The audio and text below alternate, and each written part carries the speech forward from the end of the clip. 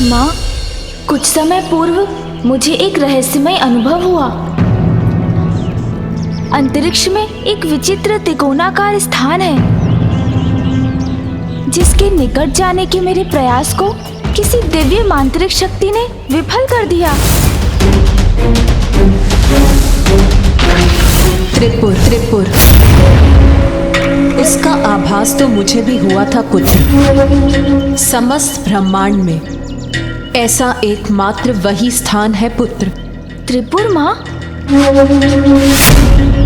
स्वामी के 3 महान भक्तों के 3 पुर हैं त्रिपुर।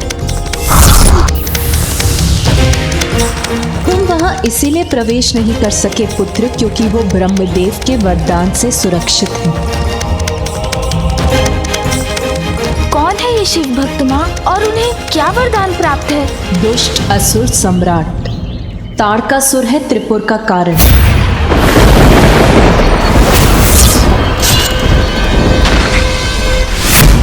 तुम्हारे भ्राता के हाथों उसके वध के पश्चात उसके 3 पुत्रों ने मेरु पर्वत पर भीषण तपस्या कर ब्रह्मदेव को प्रसन्न किया।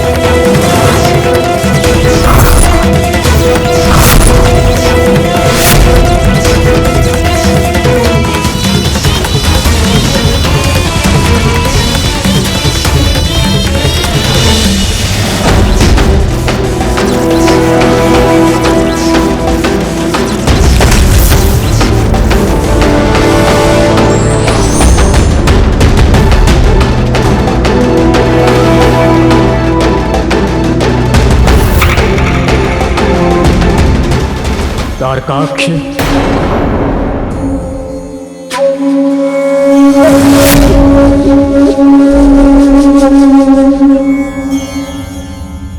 कमलाक्ष,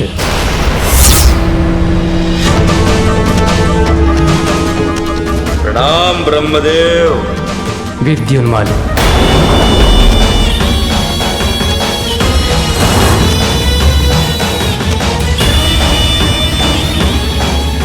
मैं तुम्हारी तपस्या से प्रसन्न हुआ ताड़कासुर पुत्रों।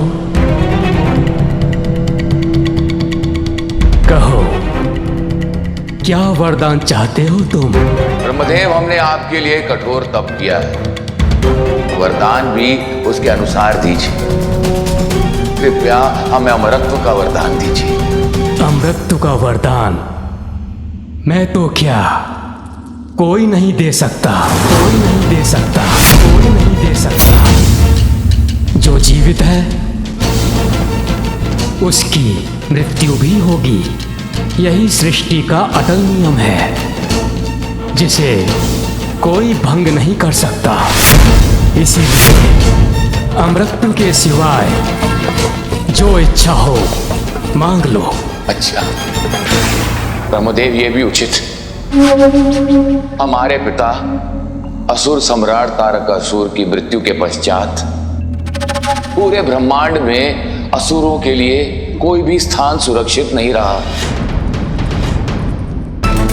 छिपते छिपाते भयभीत होकर अपना जीवन व्यतीत कर रहे हैं। एक ऐसा सुरक्षित स्थान हो जहां असुरों की सुरक्षा निश्चित हो, जहां पर बिना अनुमति के देवता भी प्रवेश ना करें।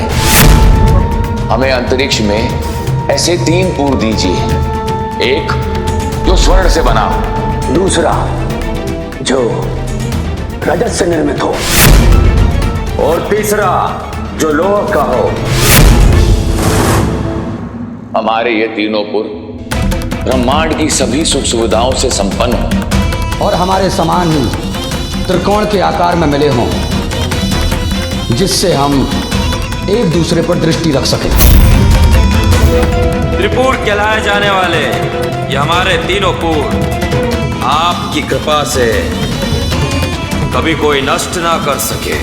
त्रिपुर तुम्हें अवश्य प्राप्त होंगे, किंतु जो उत्पन्न हुआ है वो नष्ट भी होगा। अमरत्व के समान त्रिपुर में सदा सुरक्षित रहने का वरदान मैं तुम्हें प्रदान नहीं कर सकता।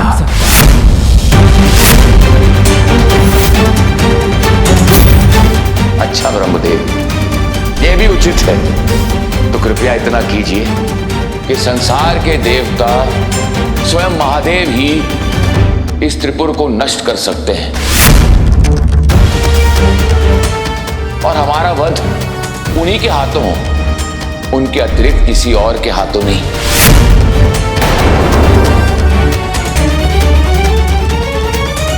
चिंता मत करो भ्राताओं, मैंने इस पर पूरा विचार किया है। हम महादेव की ऐसी भक्ति करेंगे, ऐसा तप करेंगे कि त्रिपुर स्वयं शिव भक्ति धाम बन जाएगा और फिर महादेव हमारा या हमारे त्रिपुर का विनाश नहीं कर पाएंगे। अमर होने का यही एक उपाय है। ब्रह्मदेव, इससे सृष्टि का कोई नियम भंग तो नहीं होता, इसलिए यदि आप हमारे तप से प्रसन्न हैं तो कृपया हमें यह वरदान दीजिए। तथास्तु तथास्तु तथास्तु तथास्तु।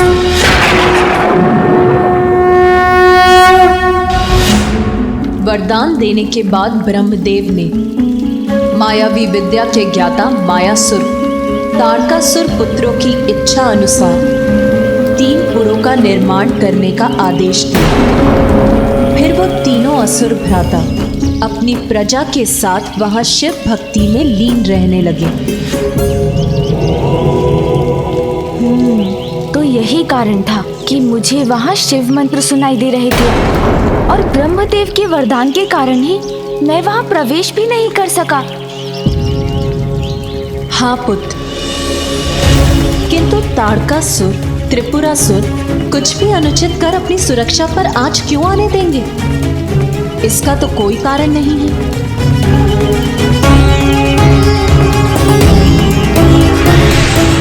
माँ, जिनके स्वभाव में खोट हो वो भक्ति भाव का कितना भी प्रदर्शन क्यों ना कर ले, उनका अंतर तो कपट से ही भरा होता है, क्योंकि जो हो रहा है वो सर्वथा अनुचित है और उसका स्रोत अवश्य त्रिपुर ही है।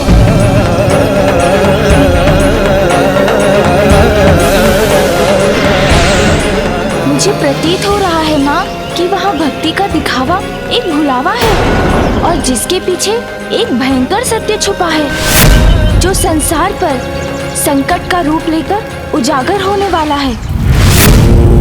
ओम नमः शिवाय, ओम नमः शिवाय, ओम नमः शिवाय, ओम नमः शिवाय, नमः शिवाय। मुझे तो अभी भी आभास हो रहा है माँ, जैसे देवताओं और अन्य सभी चराचर जीवों का कोई बड़ा अहित होने वाला है जिसको समय रहते अत्यंत रोकना आवश्यक है। माता, प्रथम पूज्य श्री गणेश उचित कह रहे हैं, किंतु अहित होने वाला नहीं अपितु हो रहा है।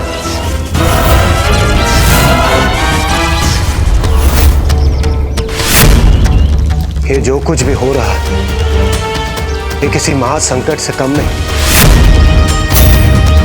हम निस्तेज होते जा रहे हैं माते, हमारी ऊर्जा और शक्ति प्रतिपल क्षीण होती जा रही है। और ये सब क्यों और कैसे हो रहा है माता, हमें ज्ञात भी नहीं है।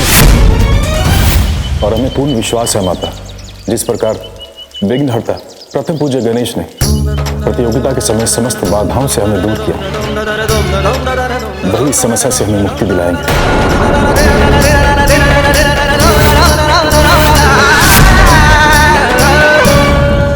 इस संकट का स्रोत कहाँ है ये ज्ञात है मुझे, किंतु संकट क्या है और क्यों है ये जानना अभी शेष है। किंतु आप चिंता मत कीजिए देवराज। धर्म का पालन करने वाले के लिए यदि विघ्न हरता हूँ मैं, तो दुष्ट अधर्मियों के लिए विघ्न करता भी तो हूँ। माँ, देवताओं की सहायता के लिए मुझे त्रिपुर में प्रवेश कर इस रहस्य का भेद पता लगाने की अनुमति दीजिए, जिससे मैं सृष्टि पर छाए इस संकट को दूर कर सकूं। किंतु पुत्र, त्रिपुरासुर तो अत्यंत शक्तिशाली असुर है,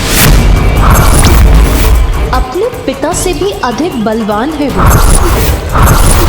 वहां जाने से तो तुम भी संकट में पड़ सकते हैं। माता, आप चिंता मत कीजिए, हम भी श्री गणेश की सहायता के लिए उनके साथ जाएंगे। अवश्य आप भी चलते देवराज, किंतु जिस प्रकार से आपकी शक्ति क्षीण हुई है उसे देखकर आपका वहां जाना उचित नहीं होगा। और वैसे भी त्रिपुर में तो देवताओं का प्रवेश भी वर्जित है। आपके वहां आने से उन्हें संदेह होगा और वो सतर्क हो जाएंगे। फिर हम उनके गुप्त भेद कभी नहीं जान पाएंगे। इसलिए ये कार्य तो मुझे एकाकी ही करना होगा। किंतु पुत्र, तुम वहां कैसे प्रवेश करोगे? उसकी चिंता आप मुझ पर छोड़ दीजिए माँ। इस बार उनके आसुरी छल को बल से नहीं, बुद्धि से भेदूंगा मैं। उनके आराध्य का पुत्र होने के कारण मुझे कोई क्षति पहुंचाने की कल्पना भी नहीं करेंगे वो।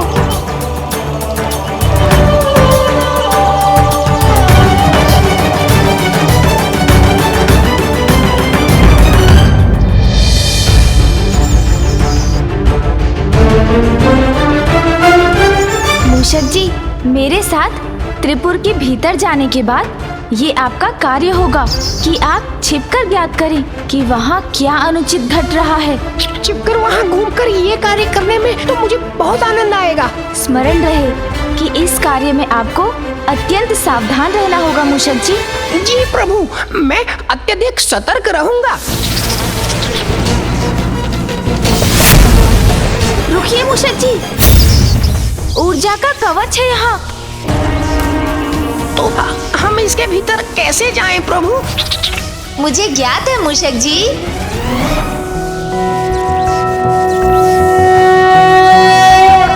सौराष्ट्रे सोमनाथं च श्रीशैले मल्लिकार्जुनम् उज्जैन्यां महाकालम् ओंकारं परमेश्वरम् केदारं हिमवत्पृष्ठे डाकियां भीमशङ्करं वाराणस्यां च विश्वेशं त्र्यम्बकं गौतमी तटे वैद्यनाथं चिताभूमौ नागेशं दारुकावने सेतुबन्धे च रामेशं घुष्मेशं च शिवालये।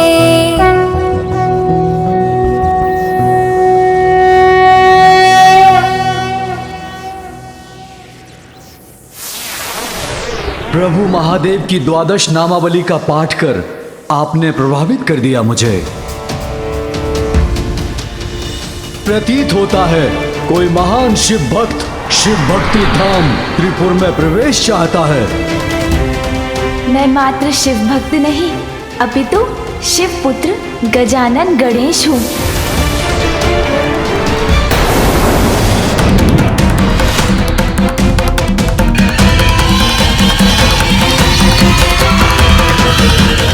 हर हर महादेव, हर हर महादेव, हर हर महादेव। शिव पुत्र पार्वती नंदन गजानन गणेश शिव भक्ति धाम त्रिपुर नगरी में आपका हार्दिक स्वागत है।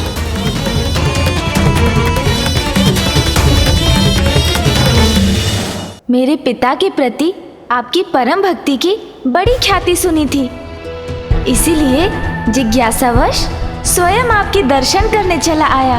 आपको यहाँ पाकर तो हमें परम आनंद का अनुभव हुआ है प्रभु। कृपया भीतर आकर हमें कृतार्थ कीजिए। आइए आइए, आपका स्वागत है। ठीक है, चलिए मूषक जी।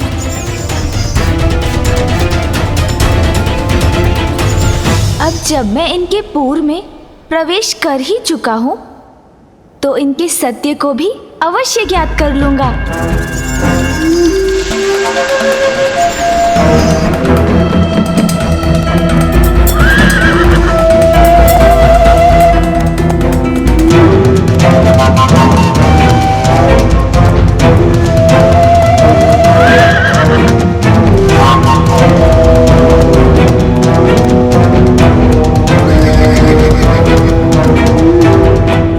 ये तो मेरा अद्भुत स्वागत कर रहे हैं।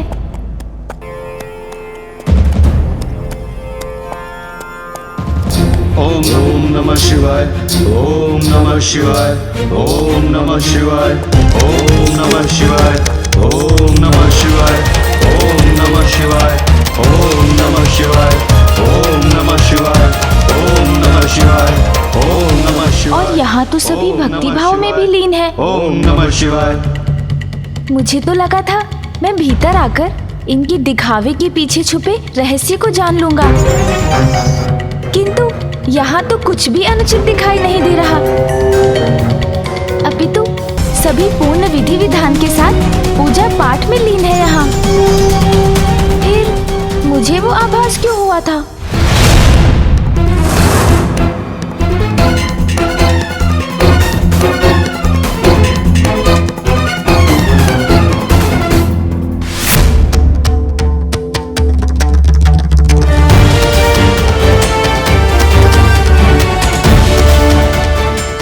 महादेव पुत्र गणेश,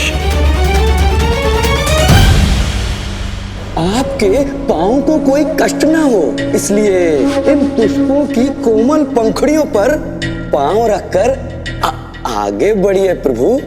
धन्यवाद।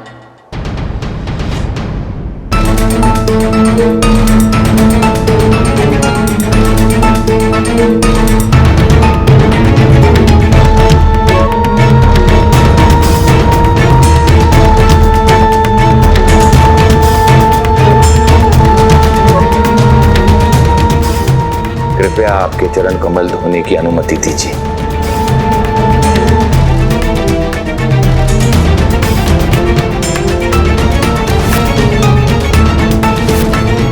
यहाँ की वास्तविकता तो मेरी कल्पना के विपरीत है। अनुपम भक्ति भाव है इनका, किसी कपट का तो लेश मात्र चिन्ह भी नहीं।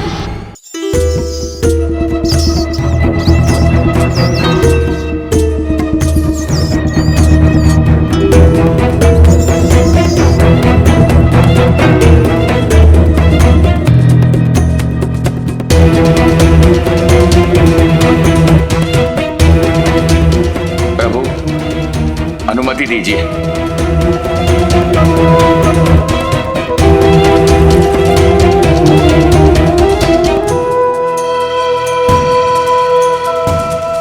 भक्ति भाव से परिपूर्ण है ये, किंतु ये केवल इनका बाहरी आवरण है या इनका अंतर भी भक्ति भाव के निर्मल भाव से प्रकाशित है? संभव है मूषक जी को ही कुछ ज्ञात हो जाए।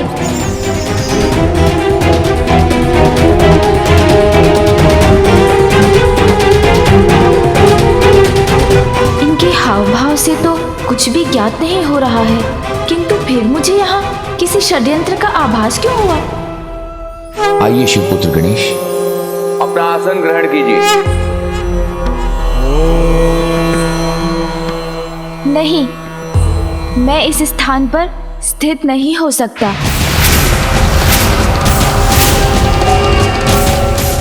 क्या हुआ प्रभु? हमसे कोई भूल हुई क्या? वो आसन शिवलिंग के आधार से ऊंचा है।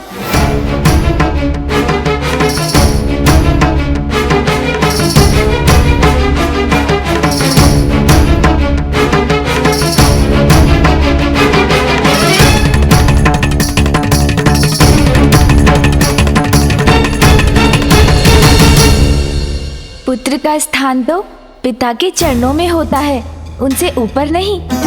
और वैसे ही प्रभु, भक्त का स्थान तो सदा ही भगवान के चरणों में होता है।